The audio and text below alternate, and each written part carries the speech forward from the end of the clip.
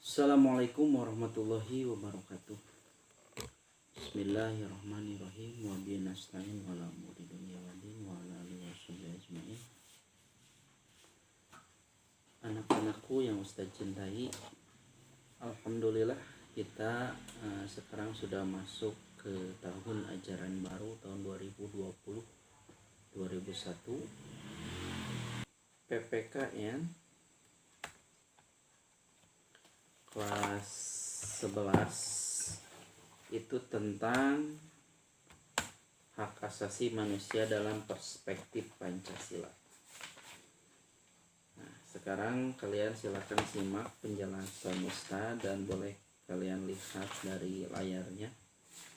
Dan jangan lupa catat apa yang Ustaz jelaskan, yang pentingnya tentunya. Atau yang lain juga bisa kalian lihat di buku. Nah, kita mulai saja. Hakikat hak asasi manusia ya, dalam perspektif Pancasila.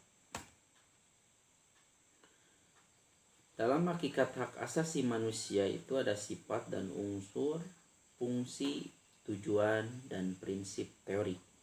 Ya. Nah, di sini pertama ada hakikat hak asasi manusia atau HAM. Ya. Membicarakan HAM berarti membicarakan dimensi kehidupan manusia. Ya.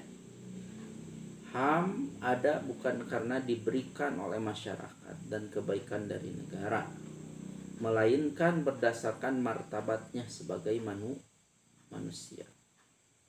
Ya. Jadi hak asasi manusia itu yang dibicarakan maka berhubungan dengan dimensi kehidupan manusia. Sejak kapan manusia memiliki haknya, hak asasi manusia? Maka sejak manusia itu dilahirkan ke bumi ini. Ya. Nah, di sini pengakuan atas eksistensi manusia menandakan bahwa manusia sebagai makhluk hidup adalah ciptaan Tuhan yang Maha Esa. Ya. Oke. Di sini ada HAM menurut para ahli. Pertama ada Merusujono Dirjo Sisworo. Beliau mendefinisikan HAM merupakan hak-hak yang melekat pada setiap manusia sejak lahir. Tidak dapat dibatasi, dikurangi, atau diingkari oleh siapapun juga. Karena merupakan nilai-nilai dan martabat kemanusiaan setiap individu. Ya, itu menurut Pak Sujono Dirjo Sisworo. Jadi HAM merupakan hak yang melekat. Kata melekat artinya tidak bisa dipisahkan dari manusia itu sendiri. Baik manusia itu misalkan dalam status sosialnya dia kaya ataupun orang yang tidak punya, dia tetap memiliki hak asasi manusia. Apakah dia pintar ataupun dia tidak pintar, apakah dia tampan ataupun kurang tampan, cantik ataupun kurang cantik, HAM tetap melekat selama dia manusia dan hidup tentunya. Ya. Nah, karena apa? HAM tidak dapat dibatasi, dikurangi atau diingkari oleh siapapun. Karena merupakan nilai-nilai dan martabat kemanusiaan setiap individu, bukan kelompok, setiap individu. Nah, menurut Jan Matterson menjelaskan HAM adalah hak-hak yang melekat dalam sifat manusia. Tanpanya kita tidak dapat hidup sebagai manusia. Lebih ekstrim. Jadi kalau tidak ada hak dalam diri kita, karena menurut Jan Matterson ini HAM ini melekat dengan sifat manusia. ketika sifat kemanusiaannya hilang dalam diri manusia, maka kita tidak dapat hidup sebagai manusia. Kita tahu dalam suatu tragedi pelanggaran HAM, korban-korban hak asasi manusia itu pelakunya tidak memperlakukan manusia sebagai manusia. Baik mereka diperlakukan dengan cara dibantai, ataupun diperlakukan dengan asusila, ataupun genosida dan lain-lain. Dan itu bukan perilaku manusia terhadap manusia. Karena menurut John Matterson, HAM adalah hak-hak yang melekat dalam sifat manusia. Ya. Sifat-sifat HAM. Sifat-sifat HAM pertama adalah universal atau menyeluruh. Artinya berlaku bagi semua manusia. Baik itu manusia yang tinggal di Indonesia ataupun di negara-negara luar Indonesia. Baik itu ras Mongoloid, baik itu ras Negroid, ataupun ras apapun itu rasnya, mereka memiliki hak dalam ke sisi kemanusiaan disebut HAM itu. Jadi HAM berlaku universal. Yang kedua, utuh.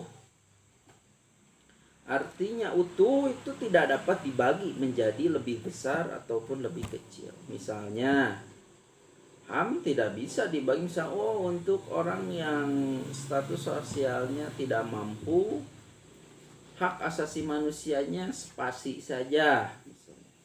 Sedangkan HAM untuk orang yang berkecukupan utuh misal tidak, atau lebih besar tidak. Orang ganteng misal HAM-nya harus dipenuhi secara utuh atau lebih besar. Sedangkan orang yang kurang ganteng HAM-nya dipenuhi seperempatnya saja. Tidak. Tetapi semua dapat terpenuhi secara utuh. Yang ketiga adalah hakiki. Artinya melekat pada setiap manusia sebagai makhluk Tuhan yang Maha Esa, ya. Karena manusia adalah makhluk Tuhan yang Maha Esa, maka HAM ini bersifat hakiki. Hakiki, ya. Terus permanen atau kekal, tidak dapat dipindah tangankan atau dicabut oleh kekuatan lain, misalnya tidak, ya. Jadi HAM ini bersifat permanen atau kekal, ya. Tidak dapat dipindah tangankan atau dicabut oleh kekuatan lain. Baik itu misalkan kekuatan karena kekuasaan ataupun kekuatan karena fisik yang kuat, tidak. Tidak ada seorang pun yang bisa mencabut atau mempindah tangankan HAM dari seseorang. Ya, paham ya? Oke. Selanjutnya, unsur dasar HAM. Unsur dasar HAM pertama ada keistimewaan atau disebut privilege. Ya. Yang mana keadaan saat seseorang memiliki sebuah keistimewaan untuk melakukan sesuatu, ya, bukan karena diwajibkan, gitu ya, bukan karena diwajibkan. Di sini di buku ada sebuah contoh hak berupa keistimewaan. Di sini ada namanya Risa, katanya. Risa mendapatkan hadiah ulang tahun dari Santi. Jadi Risa berteman dengan Santi dan Risa mendapatkan ulang tahun dari Santi. Pemberian hadiah ini bukan berarti Santi diwajibkan memberikan hadiah setiap hari ulang tahun Risa. Bukan sebuah kewajiban. Tapi apa? Karena Risa ini merupakan sesuatu atau orang yang istimewa bagi siapa tadi? Santi. Nah, maka dia ingin melakukan sesuatu ketika temannya ulang tahun memberi hadiah. Dan itu merupakan bukan karena diwajibkan. Oh, dia ulang tahun berarti saya wajib memberikan hadiah, bukan. Tapi keistimewaan. Karena rasa cinta, rasa sayang sampai akhirnya timbul ketika dia ulang tahun ingin memberikan sesuatu. Ya. Yang kedua, dalam unsur dasar hak asasi manusia ada klaim. Seseorang memiliki hak untuk menuntut atau meminta. Di sini dicontohkan hak berupa klaim, misalnya seorang pencukur rambut dan supir angkot mendapatkan upah sesuai jasa yang telah diberikan. Ya, berbeda. Misalkan kalau dicukur itu 15.000, sedangkan ongkos angkot itu misalnya 5.000, ya sesuai. Atau misalnya upah dokter sama upah mantri misalnya berbeda. Ya, itu contoh dari klaim, memiliki hak untuk menuntut atau meminta. Seorang arsitek sama tukang bangunannya itu pasti memiliki tuntutan pemenuhan hak yang berbeda. Arsitek misalnya sekali bikin proyek itu bisa miliaran, sedangkan tukang bangunan yang tugasnya menyusun bata misalnya, atau mengaci misalnya, atau masang keramik, upahnya sehari hanya 100.000 rupiah. Apakah itu setimpal? Ya, setimpal. Karena untuk menjadi seorang arsitek dia harus sekolah dulu. Dia harus banting tulang untuk sekolah, yang biayanya lumayan mahal. Dan dia dalam merancang harus memang mengeluarkan ide-idenya. Setimpal. Ya, jadi itu klaim namanya. Ada dalam unsur dasar HAM. Yang ketiga ada kuasa atau power. Memiliki kemampuan untuk mengubah elemen lain, orang lain, atau milik sendiri. Nah, ini kuasa. Misalnya seorang kapten kapal memerintahkan kepada anak buah kapalnya untuk mengepel bagian dek misalnya, atau bagian kabin misalnya. Ya. Nah, dengan menggunakan kuasa seorang kapten kapal, itu kapten telah melaksanakan hak untuk mengubah situasi normatif anak buahnya, yaitu membebankan kewajiban baru kepada anak buahnya. Itu hak kapten. Sedangkan bagi anak buahnya menjadi suatu kewajiban, itulah kuasa. Itu ada dalam unsur dasar HAM. Yang keempat terakhir ada kekebalan, atau dalam bahasa